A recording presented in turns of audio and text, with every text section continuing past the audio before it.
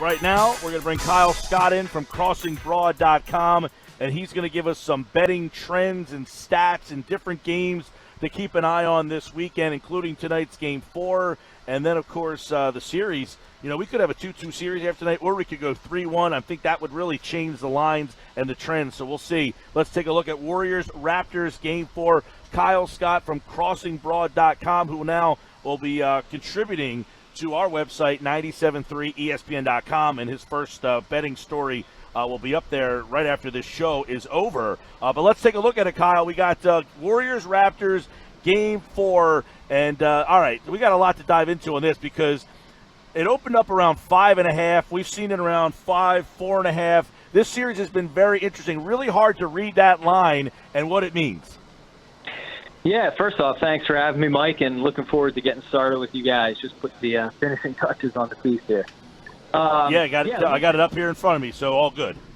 Awesome. I mean, so this is a difficult series because you got these injury concerns. You know, when you get this deep in the playoffs, you always have injury as a factor that is tough to read with the lines because you have guys playing through a significant amount of pain oftentimes. You know, for example, Kyle Lowry, says he can't feel his left thumb during the series. So it's tough to bet, I feel, sometimes when you get to the finals, but you add in the complexity of Klay Thompson's injury and the Kevin Durant, I don't even want to call it uncertainty because it's been pretty clear he wasn't going to play.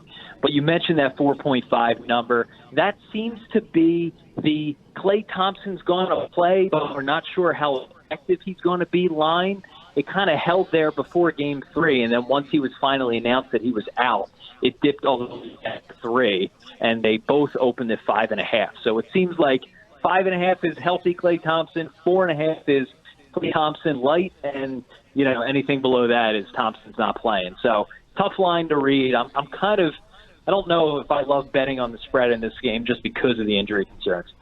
Yeah, I was going to ask, with that 4.5, because last game, everyone is up in arms that the Warriors lost. I said, but Vegas thought they were good enough to win that game, even shorthanded. So that's why I feel this series is really starting to get a little murky in terms of what the line means.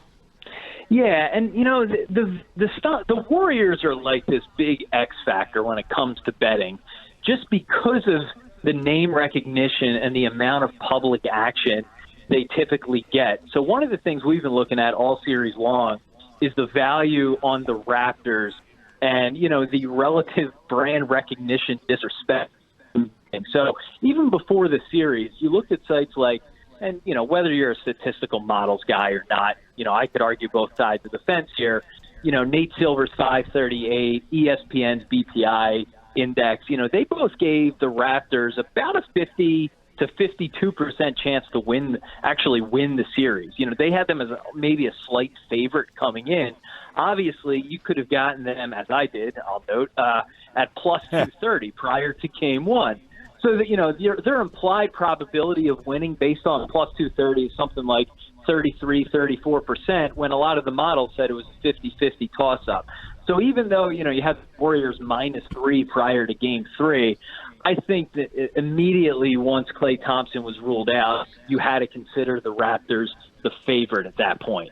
Now, tonight, it's a different story. Klay's playing. Who knows how effective he's going to be. Maybe he wasn't even that bad the other night, and the Warriors just wanted to get him closer to 100% for the rest of this year. Who knows? To me, I feel like this is a money line game. If he plays, this is the Warriors really potentially like their last shot as a unit at home in the finals. If they lose this, the Raptors are probably taking this thing. So I kind of like the Warriors, in that regard, if Klay plays, because the money, the even though you get some value on the Raptors. Kyle, I think you bring up a good point with the Warriors being just they're in a league of their own when you're talking about betting and trends and how they set the lines. I mean, the Raptors are up 2-1, and you look at picking the series correct score, the two most likely odds, at least on DraftKings, Golden State to win the series 4-3 at plus 250, plus 275, win 4-2, and then all of the Raptors scenarios come more unlikely with greater odds after that. It seems like the quote-unquote smart money has to be with the Raptors at this point. And you mentioned the spread. I would say the smart money would have to be with the Raptors with the points tonight. No? Or how do you assess that? Yeah. Listen, so I'm with you on that. There's a couple of trends, working for and against that. So tonight you've got 53% of the bets at draft. The DraftKings told us this late this afternoon. They have 53% of the bets are on the Warriors, but 66% of the money. So when the money is heavier than the bets, that does tell me that's not it's not a terrible play. And I tend to side with the Warriors this evening, just the fact that Clay will be playing and it's a home game. But then you look, at other things, and the fact that they're 4.5 seems like a big favorite, even though they're down 2-1. But this is only going to be the 5th time all season they've been a favorite of less than 5 at home. So when you put up those things about the line speaking to you, they're a 4.5-point favorite, but in the eyes of Vegas, it is rare they're under a 5 spot at home. And so that, to me, tells you a little bit, that gives some respect to the Raptors. So I think the books, I think they see the value in the Raptors, but again, you have the money, the public money, and the public bets on the Warriors, so they have to keep the line at a certain point. You turn the Warriors into, even odds or plus money at home, you're just going to get, killed on that side of it. And even now you're seeing, I think, some pros saying, hey, the Warriors are now plus money for the series. It's almost impossible to not nibble on that a little bit. So they have to be careful about where they put the line. Otherwise, you put that plus in front of the Warriors, and you're going to be heavy lopsided action. So, Kyle Scott, crossingbroad.com. Where's the money going tonight? Yeah, so tonight it is on the Warriors. DraftKings, at least line, has 66% of the money on the Warriors at minus 4.5.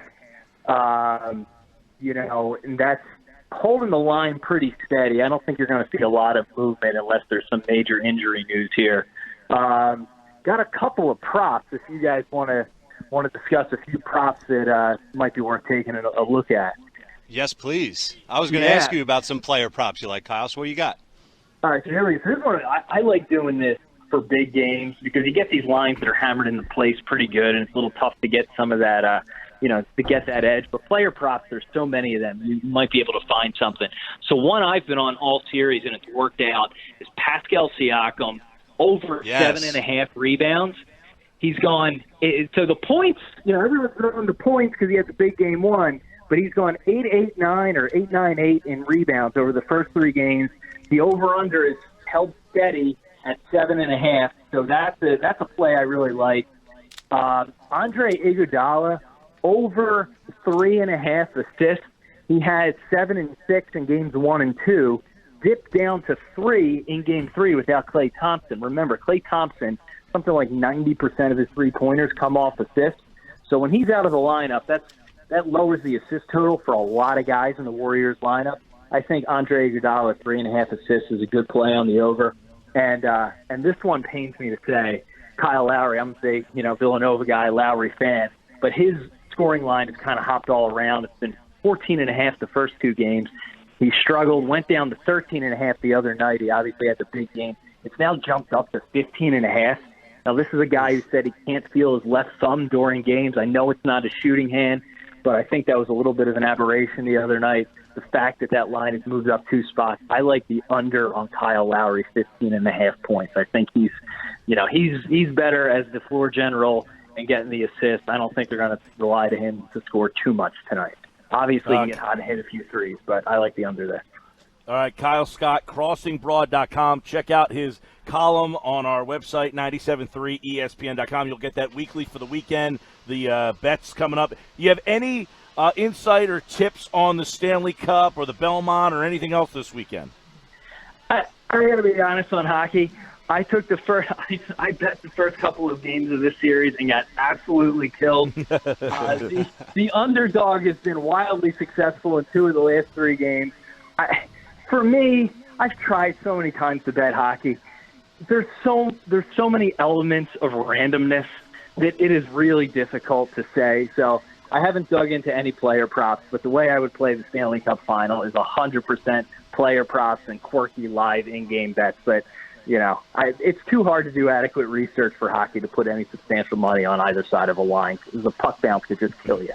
Now, one of the things I do want to ask, and we can kind of periodically, do you have a preferred spot? Any of the online sites? Have you tried a bunch of them that you kind of, how many different ones have you tried and different ones that you've kind of played around with? Yeah, so we've been going heavy into this. Obviously, I live over in PA, so now that we have Sugar House live here, but, I got over into Jersey a lot to place bets over the last year. I mean, DraftKings is obviously really good. Everyone knows DraftKings and FanDuel. I really like PointsBet. They are, in terms of all the other ones, they have an excellent app. It's a modern app. It feels like a DraftKings or FanDuel in that it's, well-designed. It works really well. Looks right at home on your phone. And they got they're really interesting what they're doing. So they did a karma committee. They'll return bets sometimes if there's a bad beat.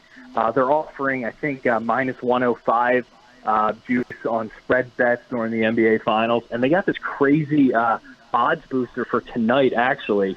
The Warriors have scored 109 in 3 consecutive games in the finals. So they're offering a 109 to 1 odds for them to do it again. Now, it's a maximum $5 bet, but it's a pretty, it's a really good app, but they have some of these really cool promos. So that's a fun one that's worth taking a punt on. I think you could just Google, PointsBet 109. We did a write-up on it. But they're a really good app. That's probably what I would recommend outside of the ones everybody's familiar with.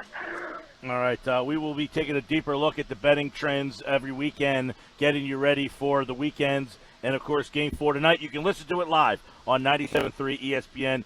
Kyle Scott, Crossing Broad, at Crossing Broad on Twitter. All right, man, enjoy the weekend. Thanks, man. You too.